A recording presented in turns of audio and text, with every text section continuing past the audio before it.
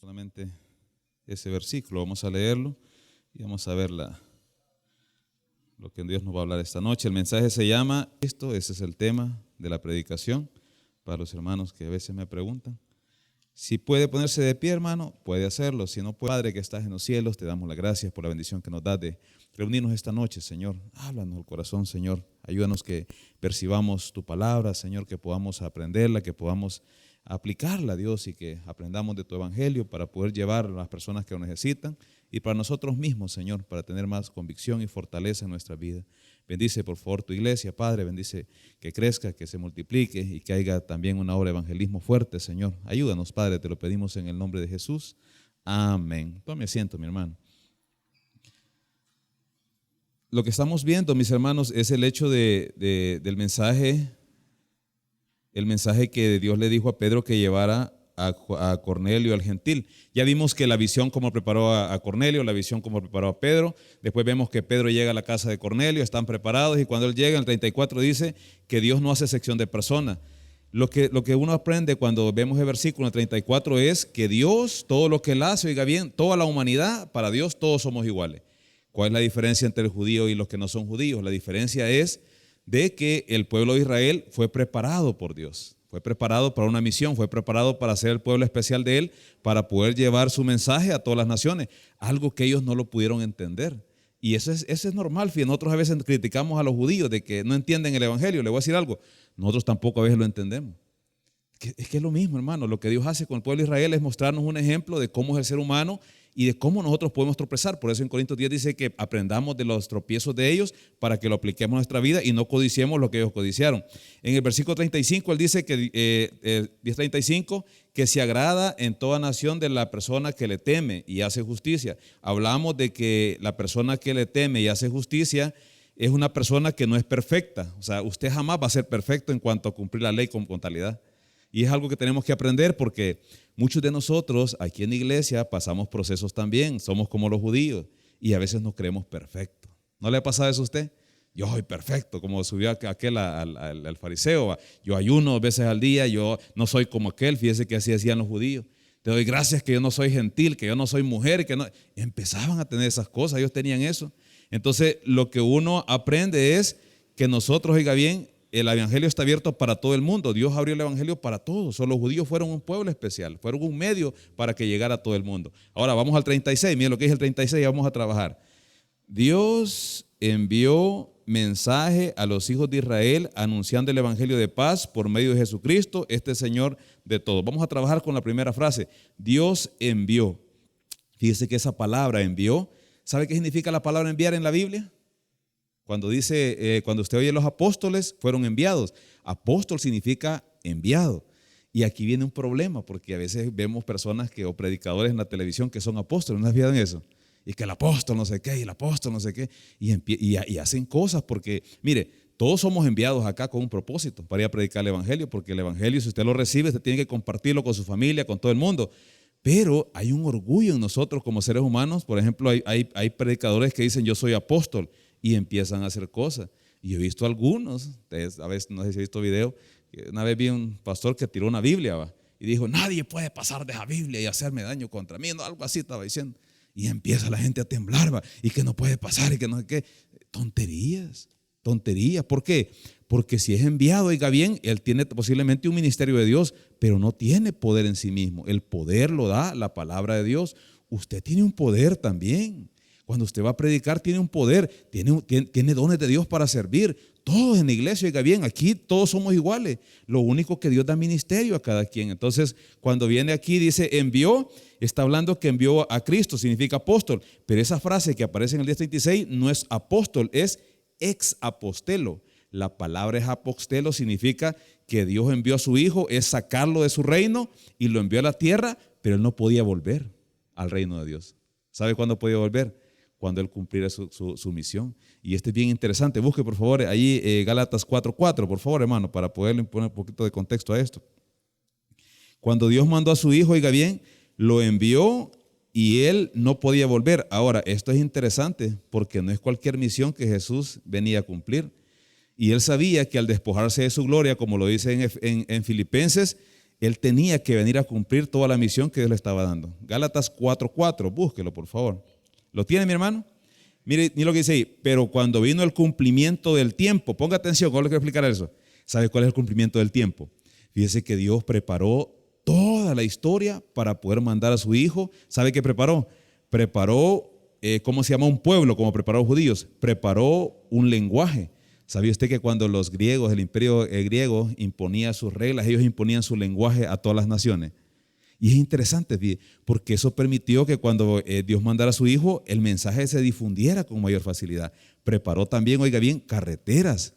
El pueblo romano es el que empezó a hacer carreteras. Ellos lo hacían para ir a conquistar, para llevar sus ejércitos con más rapidez y conquistar a las naciones. Pero esas carreteras servían también para llevar comercio, y ahí entró el evangelio a muchas naciones. Por eso cuando vino el cumplimiento perfecto de Dios, ahí dice en versículo 4, en Gálatas 4:4, Dios envió a su hijo nacido de mujer y nacido bajo la ley. ¿Qué es lo que venía a hacer Cristo? Venía al tiempo perfecto enviado por Dios para traer un mensaje de salvación a la humanidad. Ahora, ¿qué pasa con Jesús cuando termina su misión? Fíjese que cuando Dios lo despide de su reino, Él llega a un momento en que sabe que se va a enfrentar a la muerte, y Él dice: Señor, yo he cumplido la misión, ahora quiero volver otra vez a tu presencia. Busque por favor Juan 17, ahí aparecen esas palabras de Jesús.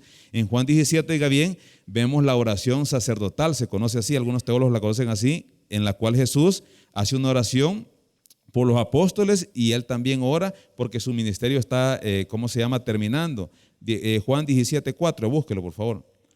Jesús le pide al Padre que quiere volver a la gloria que Él tuvo. Recuerde, cuando dice que Dios envió a su Hijo, no lo envió simplemente a pasear, lo envió con un propósito, y Él no podía volver hasta que cumpliera la misión. Mira lo que dice Juan 17:4. Yo te he glorificado en la tierra, dice, y he acabado la obra que me diste. Ahora pues, Padre, glorifícame a tu lado con aquella gloria que tuve contigo antes que el mundo fuese. He manifestado tu nombre a los hombres que del mundo me diste, tuyos eran, y me los diste, y han guardado tu palabra. Lo que está pasando ahí es que cuando Jesús fue enviado, así como dice el Evangelio de Pedro, fue enviado, Jesús llega un momento que dice: quiero volver a mi gloria. Pero Él no podía volver, hermano, así como así. O sea, vino a nacer en la Virgen María, y Él podía haber hecho una ascensión y ir al cielo, pero no podía. Él tenía, oiga bien, ya había predicado el evangelio, ya había anunciado el amor del Padre, ya había preparado a sus discípulos, pero no podía volver, le faltaba la muerte de la cruz. Busque por favor en Hebreos 1:3 para ver esa parte cuando Jesús, cómo Jesús vuelve de nuevo al Padre. Hebreos 1:3, por favor, ahí nos enseña la parte de cómo Jesús vuelve al Padre. Lo que estamos viendo en la predicación de Pedro es que el mensaje principal es Jesucristo, pero estamos viendo cómo fue enviado Jesús, cuál es la misión por la cual fue enviado, y cómo tenía que volver al Padre. Tenía que volver hasta que cumpliese su misión. Y mire lo que dice Hebreos 1:3. ¿Lo tiene, mi hermano? Dice que Jesús es el resplandor de su gloria, la imagen misma de su sustancia, quien sustenta todas las cosas con la palabra de su poder, habiendo efectuado la purificación de sus pecados por medio de sí mismo. En el 4, léame el 4, hermano, por favor. Se sentó. Eso, gracias, hermano, eso que no lo tengo anotado aquí. Fíjese que cuando Cristo fue enviado, oiga bien, Él vino, cumplió su misión. Al morir de ser enviado, Él regresa a la gloria del Padre. ¿Por qué es importante esto? Oiga bien, porque muchas veces, hermano, nosotros no aprendemos de Cristo. Cuando nosotros somos enviados, por ejemplo, yo soy enviado a otro país y le digo algo: a veces quiero tirar la toalla, a veces no quiero ir. Y yo cada vez extiendo el tiempo y estoy pensando: Señor, me voy, no me voy. Pero Dios le da misiones a cada uno de nosotros. Cada uno de los que estamos acá tenemos propósito y somos enviados. Oiga bien, nosotros nacemos con propósito, somos llamados a Dios con propósito, y tenemos un ministerio y somos enviados a eso. Y uno no debe de renunciar, hermano, por muy difícil que sean las cosas. Si vemos el ejemplo de Jesús, Él vino con un propósito. Él vino a predicar el evangelio, Él vino a morir y no podía regresar al Padre hasta que cumpliese su misión. Cuando Él predicó el evangelio, cuando Él muere, Él regresa al Padre. ¿Qué tenemos que aprender nosotros? A cumplir los propósitos que Dios tiene en nuestra vida. ¿Por qué le digo esto? Porque a veces uno se da cuenta, me acuerdo yo cuando estábamos en la iglesia allá, que a veces había muchas misiones, pero a veces me daba tristeza, porque yo participaba en esas cuestiones. A veces llevamos canopy, las sillas, en el pica, y al ratito decían: Fíjate que el pastor tal o el hermano tal ya no está yendo a la obra, dejó tirado el ministerio. Y uno se siente mal, ¿vea? Porque uno dice, puchica, ¿y qué pasó? Pues, y tanto que invirtieron, tanto que gastaron y tanto que hicieron esto, y se quedó tirado. Y así pasa, hermano. Nosotros así somos a veces. Nosotros empezamos en la iglesia, empezamos a servir en un ministerio, pero lo dejamos tirado, lo dejamos a media. Y no nos cuesta lo que le costó a Jesús. Él fue enviado, oiga bien, a morir por nosotros y no podía regresar al Padre. Imagínense que a nosotros nos manden a una misión. Por ejemplo, estaba leyendo en la cuestión de misionología, la vida de los, ¿cómo se llama? De los misioneros. No, hombre, hermano. Ese famoso Hudson Taylor, enviado a China. Fíjese que la mamá y el papá oraron, va, Señor, te pido que mi hijo sea misionero. Y cuando tiene los tantos años, la mamá dice, me dan ganas de orar por mi hijo, y se pone a orar. Y el hijo va caminando, agarra un tratadito, lo lee y entra el Espíritu Santo en él. Y él agarra el amor por China y se va para China y adopta una cultura de esta manera. Dice, yo me voy a vestir como los chinos para que el mensaje sea más efectivo. Ellos vieron morir su familia, vieron morir sus hijos, vieron que las personas les quitaban el apoyo económico, pero nunca tiraron la toalla, hermano. Son cosas que debemos aprender. Hay otro famoso, David Livingstone, que para África, no, hombre, él fue, mira, a explorar. ¿Sabe cómo murió esta persona? Murió de rodillas, lo llegan a buscar. Hay un libro que se conoce como Dr. Livingstone, supongo, porque un periodista lo fue a buscar. Y cuando lo encuentra dice, sí, yo soy. Y le dice, mire, venimos a traerlo porque no hemos sabido de usted, porque andaba explorando. Él lo que quería era explorar para que nuevas misiones evangélicas llegaran al interior de África. Y cuando él está ahí, le dice, no voy a regresar. Y le da fondo, regresa, y al ratito, a los 2 años muere. Y lo encuentran de rodillas orando. Dice que quitaron su corazón, lo enterraron en África y su cuerpo fue enterrado en la abadía de Westminster, en Inglaterra. Era un misionero. Eso son las misiones, hermano. Mire, Jesucristo fue enviado para tener un mensaje y tenemos que aprender de ese ejemplo. No se rinde, hermano. Mire, nosotros a veces pensamos que el evangelio es venir solamente a recibir cosas de Dios. No, si ya nos hemos explicado que aquí nosotros vamos a tener una vida de sufrimiento. ¿O no han sufrido ustedes una vez? Si aquí así es, hermano, aquí dentro de la iglesia mismo, a veces nosotros pasamos situaciones difíciles con los mismos hermanos, pero uno tiene que vencer esas cosas. Mire la otra parte, regrese por favor a Hechos 10:36, vamos a ver la otra palabra del versículo 36. Dios envió mensaje a los hijos de Israel. Oiga bien, la palabra mensaje que aparece en ese versículo es logos. Lo que está diciendo Pedro cuando está hablando a los gentiles, es que el mensaje del evangelio es Jesucristo. Muchas veces, hermanos, nosotros cambiamos el evangelio, lo tergiversamos, y uno tiene que aprender de eso. Fíjese que estaba viendo, alguien me contó por ahí que en Brasil le están haciendo un surrelajo, no sé si ha visto los carnavales que hacen ahí, hacen una representación de una populosa escuela de samba allá, que agarra la coreografía de agarrar un demonio que hace pedazos a Jesús. No sé si lo han visto, y uno dice, ¿cómo pueden llegar a eso? Y aparece uno y estaba leyendo comentarios y decía, mire, nosotros queremos que Jesús represente a todo el pueblo, por eso lo crucificamos como mujer, como una persona negra y como una persona pobre que sufre, y hacen todo eso, hermano. A los días veo la noticia que dicen que el que le estaba golpeando a Jesús, la hermana Cintia me estaba contando, quedó muerto debajo de una rastra. Y empezaron inundaciones y cosas así. Es que mire, hermano, nosotros a veces tergiversamos el evangelio y la gente por eso a Jesús ya no lo respetan allá afuera. Ya nosotros dicen, no, si los evangélicos hacen lo mismo. Y es cierto, hermano, es cierto. Nosotros bajamos la cara. Mire, hermano, el mensaje del evangelio no llega porque usted sea un buen predicador, llega porque nosotros reflejamos a Cristo a las personas. Y a veces la gente quiere vivir la vida que nosotros vivimos. Y yo siempre le digo a la gente, no somos perfectos, pero sí tenemos un mensaje de Dios. Ahora, busque por favor Hechos 2:22. Vamos a ver esa parte que Pedro predica siempre en los mensajes y habla de Jesús de Nazaret. Cuando nosotros vamos a predicar, hermano, siempre es importante que usted hable del evangelio de Cristo y no de nosotros, y que no vaya a buscar simplemente una profesión de fe, sino una profesión de fe que vaya sustentada con el evangelio de Cristo para que sea efectiva o para que Dios obre por medio de su palabra.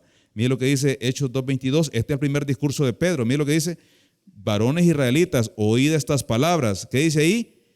Jesús Nazareno. Mire, Jesús es el centro del mensaje del Evangelio. Varón aprobado por Dios entre vosotros con maravillas y prodigios, señales que Dios hizo entre vosotros por medio de él, como vosotros mismos sabéis. Busque el 4:10, por favor, adelante, una página más para que vea que el mensaje de Pedro que estaba predicando ahí a Cornelio es el mismo y que se basa en la persona de Cristo.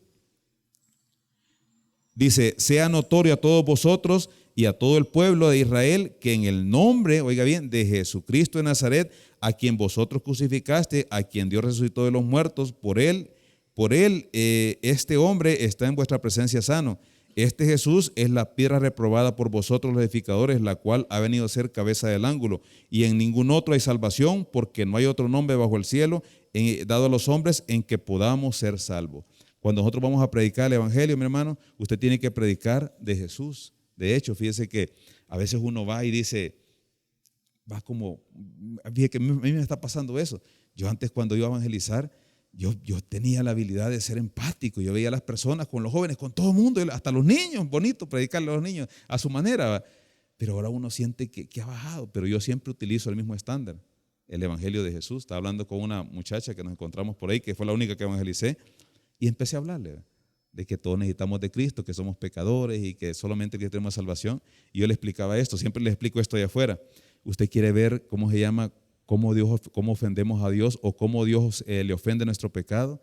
Vea cómo Dios trató a Cristo en la cruz. Cuando uno ve la cruz, hermano, y uno dice, ¿por qué Cristo sufrió tanto por nosotros? Y es porque Cristo en ese momento era hecho pecado, lo dice 2 Corintios 5:21.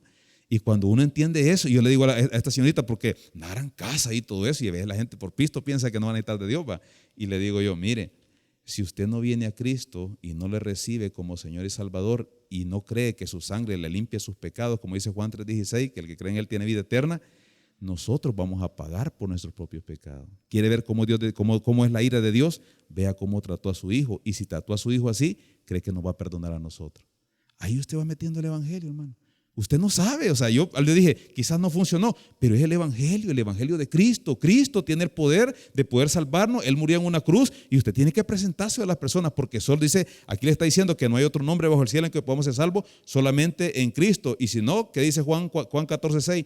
Que por cierto, si no le vaya a permitir que haga lo que quiera. Cuando alguien se muere, yo lo utilizo, cuando de afuera le digo a las personas, a veces las personas se mueren y llega el de la funeraria, le digo yo, y le dice, mire, las queremos dar consuelo, quiere que pongamos un versículo bíblico, y la gente toda chicopalada, ¿va? Porque ¿qué es lo que nos da consuelo cuando se pierde un familiar?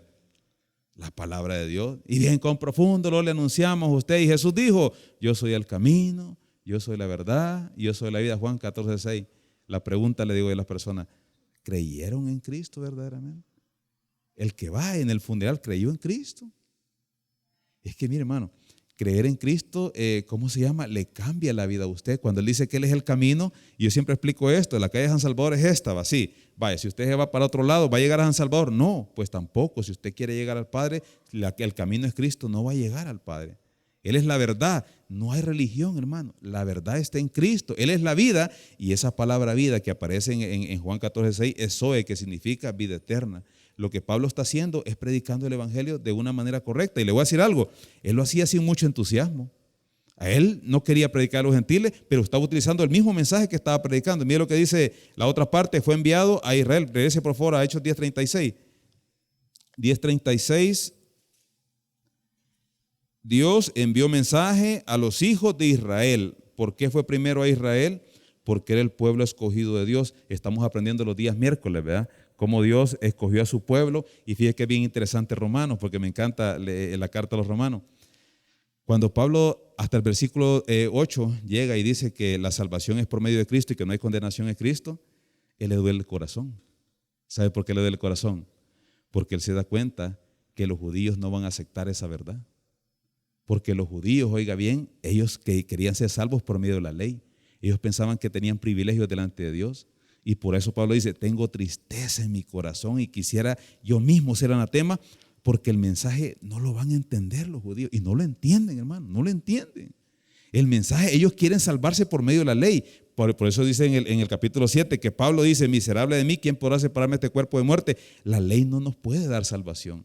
La salvación es en Cristo, pero el orgullo de los judíos no les permite entender, oiga bien, o doblegarse que solamente por Cristo hay salvación. Por eso Dios, ¿qué hizo? A los judíos les trajo el mensaje, pero que primeramente, pero como no recibieron, la salvación viene ¿a dónde? A nosotros que le hemos recibido. ¿Qué dice Juan 1:12? Juan 1:11, a los suyos vino y los suyos no lo recibieron, mas a todos los que le recibieron, los que creen en su nombre, les dio potestad de ser hechos hijos de Dios. El evangelio, mi hermano, es por medio de Jesucristo. Ahora, en el versículo, esto lo vimos la vez pasada, 36 dice, Dios envió mensaje a los hijos de Israel anunciando el evangelio de la paz. El evangelio que nosotros predicamos es un evangelio de la paz, paz con Dios. Toda la humanidad está en contra de Dios, tenemos pecado, no tenemos paz para con Dios. ¿Qué dice Romanos 5:1? Justificados pues por la fe, tenemos paz para con Dios por medio de Jesucristo. Esa paz es la que le permite a usted tener una entrada a la presencia de Dios y comunión con Dios, que antes no la teníamos. Antes, mire hermano, y este es bien interesante, ¿sí? Porque cuando uno va a los pueblos, uno se encuentra gente que es bien así, religiosa. Una vez estaba en Monte San Juan y hablándole a un señor, no, yo voy a la iglesia, mi iglesia, la iglesia de Abba. Mire, yo le decía, mire, Jesús dijo, yo soy el camino, la verdad, todos los versículos que le cuenta a usted. Mire, se enojó tanto el Señor, pero se enojó tanto, que sabe que me dijo, ya voy a llamar al sacerdote para que le eche agua bendita. Quería llamar al sacerdote para que me echara agua bendita, porque según él, yo estaba mal, hermano. Pero lo que uno hace es llevar, o sea, no a pelear, ¿verdad? Pero es un evangelio para que la gente se reconcilie con Dios. Por eso le expliqué lo que dice en 2 Corintios 5:20, que somos embajadores en nombre de Cristo, como que si Dios rogase por medio de nosotros, reconcíliense con Cristo. Ahora, le expliqué que Dios, oiga bien, no le ruega a usted. Aprenda esto, hermano, por favor, porque la salvación es un mandato. Es un mandato. Y cuando usted no obedece a la salvación, usted está en pecado. Y cuando usted esté en la juicio de trono blanco, si usted no recibe a Cristo, allá le van a abrir los libros. Y los pecados, todos somos pecadores. Ahí vamos los cristianos también, porque somos pecadores. La pregunta es, el libro de la vida, ¿quién está inscrito ahí? Las veces que Dios nos está llamando, reconciliémonos con Él. Y el evangelio es un mandato. A veces nosotros lo presentamos mal, rogamos a la gente. No, mi hermano, es un mandato. Por eso cuando Pedro va a Atenas a predicar, dice, Dios manda a todos los hombres que se arrepientan, le perdona la ignorancia de su pecado, pero que se arrepientan. Ahora, el evangelio de la paz también, estamos hablando que nos da paz con Dios, paz con los pueblos. Lo vimos en Efesios, que por medio del evangelio de los dos pueblos, judíos y gentiles, Dios hizo un solo pueblo, haciendo la paz para con todos. Y esto es bien interesante, hermano, porque nosotros tenemos que aprender a vivir en paz entre nosotros mismos. Y no estoy hablando de la iglesia, estoy hablando en todas las denominaciones, en todas las situaciones, porque usted no sabe la obra que Dios hace en esas personas. Yo por eso, cuando voy a otro país, yo he visto de la iglesia, mira, hasta me quería meter en una iglesia judía. Me dice el pastor, no lo dejan entrar, me dice. Y yo le digo, no, o sea, es que hoy ha salido, no sabía usted, ha salido una idea ahí que si usted tiene Z en el apellido, usted puede ser descendencia judía. No sé si hablaba un Hernández aquí o Fernández. Sí, así está la idea y todo eso. Yo respeto eso. El problema es, mi hermana es de apellido Hernández y ella soy judía. El problema es que ella está empezando a guardar el sábado y a dejar cosas. Entonces está entrando por la vía legalista, ¿verdad?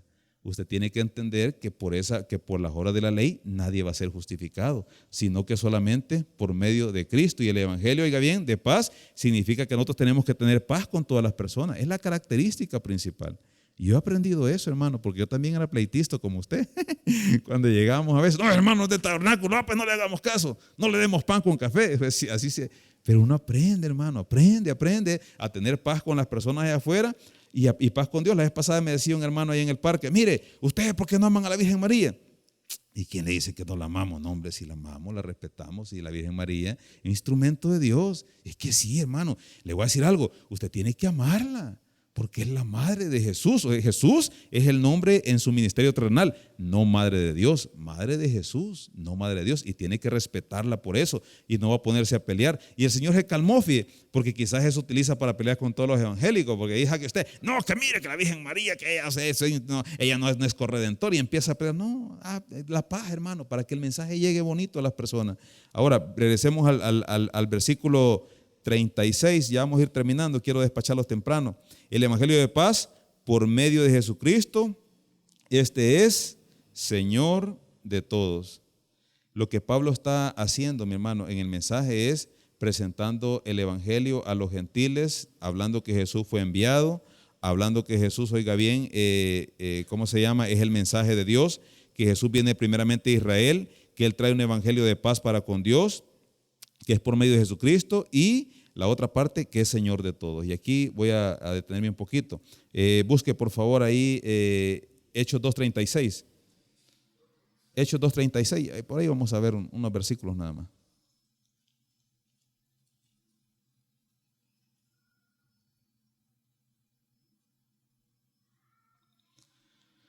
Mire lo que dice Pedro ahí: sepa pues ciertamente toda la casa de Israel que a este Jesús, a quien vosotros crucificasteis, Dios le ha hecho Señor y Cristo. Lo mismo que está diciendo allá a los gentiles, el mismo mensaje de Pedro. ¿Sabe por qué? Porque no podemos cambiar el mensaje, hermano. En Romanos 1:16 dice que no me avergüenzo del evangelio porque es poder de Dios. Cuando usted aprende el evangelio, mi hermano, usted tiene poder para poder ir a liberar a las personas que están cautivas allá del enemigo. El evangelio es poder, hermano, y tiene que aprender que sea, oiga bien, predicado en Cristo. Y cuando dice que Cristo es Señor, está hablando que Cristo es Dios y la divinidad, como nos están enseñando en las clases de hebreo.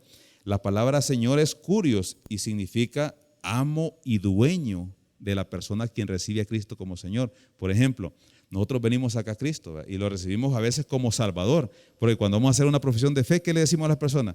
Bien, es que si usted muere hoy se va para el infierno, ¿le gustaría ser salvo? Reciba a Cristo, sí, te recibo como mi único, suficiente Señor y Salvador. Decimos así en carrera, pero que queremos un Salvador porque le estamos diciendo que está en condenación. Pero Cristo no solamente es un Salvador, Cristo es el Señor. Y significa que es nuestro amo, significa que Él va a hacer con nuestra vida lo que Él quiere. Significa, mi hermano, que Él nos va a llevar por el camino que nosotros a veces no queremos ir y que nos va a purificar y Él es dueño de nuestra vida. Ese es Dios. A veces nosotros nos alejamos de Dios cuando tenemos un problema y vuelvo a lo mío. Fíjate, yo he llegado al punto de decirle: Señor, yo no te voy a obedecer. Así estoy, fíjate, decirle: Señor, no te voy a obedecer. Y a veces, y le digo: dame una salida, porque yo, una de las cosas que hago, mi hermano, es tratar de obedecerle a Cristo, aunque sea en contra mía, porque yo no tengo necesidad de irme a Estados Unidos, yo no tengo necesidad de eso. Yo puedo trabajar aquí y puedo trabajar bien y puedo estar bien aquí, pero es ¿por qué lo hago? Por obediencia a Dios. Porque el Señor se lo pone en su camino. Si el Señor le dice a usted: haga tal cosa, hágalo, hermano, hágalo. La palabra curios se le ponía al emperador romano. El emperador romano, él decía, el emperador es curios, César es curios. César es curios significaba el emperador es Señor, y denotaba una acción de divinidad hacia él. Adoraban al emperador. Pero ¿qué pasó cuando venía el cristianismo? Cuando estaba el tiempo de la persecución de la iglesia, agarraban a los cristianos y le decían: vaya, ¿usted es cristiano? Sí, vaya, diga que César es el Señor y no lo vamos a meter preso ni lo vamos a matar. ¿Y qué hacía un verdadero cristiano? Imagínense en esa época. Los metían ¿cómo se llama? Al Coliseo romano, eran comidos por los animales, los ponían en una hoguera. Había un toro que tenían ahí, que no me acuerdo el nombre de los hermanos que están estudiando, ¿sabe? Los metían ahí adentro, le prendía fuego y como que el toro, de los ruidos que estaban muriendo quemados, el toro gemía, tenía un nombre eso. Los mataban de esa manera. ¿Sabe por qué los mataban? Porque decían: César no es el Señor, Cristo es curios, Cristo es el Señor. Y ellos llevaban su vida hasta las últimas instancias por decir que Cristo era el Señor. Hay un libro muy bonito que se llama El mártir de las catacumbas. Léalo, hermano, léalo, bonito. Un niño de 13 años, el pastor nos habla de eso. Vivían en las famosas catacumbas, túneles subterráneos en los cuales hacían los cultos ahí, y ahí tenían su vivienda. Salían de vez en cuando para traer comida. Este niño ya se había muerto el papá y todo eso, lo agarran y se lo llevan. Va, mira, Pillo, mira, vos sos, se llamaba Polio, Polio, no me acuerdo, pero decía: mira, vos sos hijo de una buena familia, te vamos a regresar todo lo de tu papá si vos decides renegar de Cristo. ¿Y sabe qué decía el niño? No, Cristo es mi Señor. Mira, te vamos a quemar en la hoguera, mira, por favor, no hagas eso, tené piedad de vos mismo. No me importa que me quemen, porque yo sé que tengo en Cristo la resurrección. Mire, hermano, una convicción que tenían en el primer siglo los cristianos, que iban a morir. Ahora nosotros ya no tenemos convicción, hermano. Ahora Cristo ya no es nuestro Señor. Ahora ya no le obedecemos. Ya no leemos la Biblia. Ya no dejamos las cosas personales, el pecado personal. Ya no nos importa quién es Cristo. Todo eso que andan haciendo, hermano, allá en Brasil, eso significa que la iglesia no está impactando al mundo, que nosotros estamos contaminados, hermano. En Asbury, en Estados Unidos, está pasando un evento bien interesante. En una universidad llegan jóvenes humildemente, como John Wesley en su tiempo, el famoso Club de los Santos, a orar. Y de repente se para un joven y ¿sabe qué hizo? Empieza a confesar sus pecados. Yo estoy haciendo esto y lo otro. Pero qué bonito va cuando uno saca todo lo malo que hay uno delante de Dios y ahí viene otro y viene otro. Mire, hermano, desde el no sé qué fecha, 8 de febrero creo que todavía están ahí llegando gente. Y no hay predicadores, no hay ministros, no hay líderes ahí. Simplemente es una acción de ir ahí. Ahora, ¿qué pienso yo de eso? Yo vivo en Estados Unidos y le digo algo. Si yo estuviera allá, yo fuera también. ¿Sabe por qué? Porque en las iglesias ya Cristo no es el Señor. Ya no se predica su palabra, ya no se le adora. A Cristo ya es una persona que necesitamos para que nos dé cosas, para que tengamos una vida buena. Y cuando uno ve esas cosas dice, qué bonito, nunca critique, hermano. ¿Sabe por qué? Porque cada acción que hace Dios en otro país por medio del Espíritu Santo es algo que Dios está haciendo para mostrar que Él existe todavía, porque ya Cristo ya no es venerado. Por eso vemos la otra parte en Brasil, ¿ve? La otro lado del mundo. Cuando nosotros recibimos a Cristo como Señor es porque Él es Señor de todo. Busque por favor, que ahí terminamos Filipenses 2:9. Filipenses 2:9. Cuando Pedro predica todo esto, está enseñando que fue enviado de Dios, que el mensaje es Cristo, tiene que basarse en Cristo, que es un evangelio de paz que nos reconcilia con Dios y que Jesús es el Señor de todo. Mira lo que dice Filipenses 2:9, por lo cual Dios también lo exaltó hasta lo sumo y le dio un nombre que es sobre todo nombre, para que el nombre de Jesús se abra toda rodilla de los que están en los cielos, en la tierra y debajo de la tierra, y toda lengua confiese que Jesucristo es el Señor, para la gloria de Dios Padre. Cristo es el Señor, pero si no se le someten las personas que están afuera, tampoco la iglesia se le va a someter. Y ya le he explicado esto. El hecho de que Cristo sea Señor y nosotros no nos sometamos a Él no significa que Cristo no tenga poder. Legalmente, Cristo es el Señor de nosotros. Si usted es cristiano y ha creído en Cristo, Cristo es su dueño. Que usted no se someta a Él es otra cosa. Pero llegará el momento en que no solamente la iglesia, sino todos los que son inconversos van a reconocer que Cristo es el Señor y se van a doblegar, a toda rodilla se va a doblegar ante Él. Y a veces la gente me dice, no quiere nada con Cristo. Le digo, yo respeto su decisión, pero Dios no la honra, todavía le digo. Porque dice, no quiero nada con Cristo. No, ¿sabe por qué no? ¿Por qué todavía no le toma la palabra? Porque usted todavía tiene vida. Y yo tanta gente que he visto blasfemar contra Dios, hermano, pero blasfemar, que a veces uno dice, ¿y por qué Dios no los mata? Pues así como el rayo que cayó allá en Brasil, ¿va? En la estatua. ¿Y por qué no cae un rayo? ¿Va? Y he escuchado testimonio ¿cómo se llama? En predicadores grandes que están predicando y alguien está molestando y ha caído rayos ahí. Y dice, ¿por qué no hacen eso? Por la misericordia de Dios. Porque Dios nos permite que blasfememos, que le escupamos la cara porque nos ama. Pero llegará el tiempo en el cual usted, cuando muera, usted se va a dar cuenta quién es Jesús. Y usted se va a enfrentar a Él. Y ahí no va a poder hacer nada, hermano. Porque delante de Cristo, oiga bien, se va a hablar toda rodilla y los que no estén en Él van a ser lanzados al lago de fuego y azufre. Y cuando nosotros morimos y morimos sin Cristo, nosotros vamos a un lugar, no es el infierno porque todavía no se ha inaugurado, a un lugar preinfierno como una cárcel donde están las personas que están ahí en el penal, que viven pero no tienen derecho y están esperando el día del juicio. Pero si usted muere en Cristo y hace de Jesús su Señor, cuando usted muera, usted va a ir a la presencia de Dios. Mire lo que dice Gálatas 1:6, con esto termino. Estoy maravillado, le dice, de que tan pronto os hayáis alejado de aquel que os llamó por la gracia de Cristo para seguir un evangelio diferente. No que haya otro, sino que hay algunos que os perturban y quieren pervertir el evangelio de Cristo. Y oiga esto, mas si aún nosotros o un ángel del cielo os anunciare otro evangelio diferente que el que os hemos anunciado, sea anatema, o sea, una persona maldecida por Dios.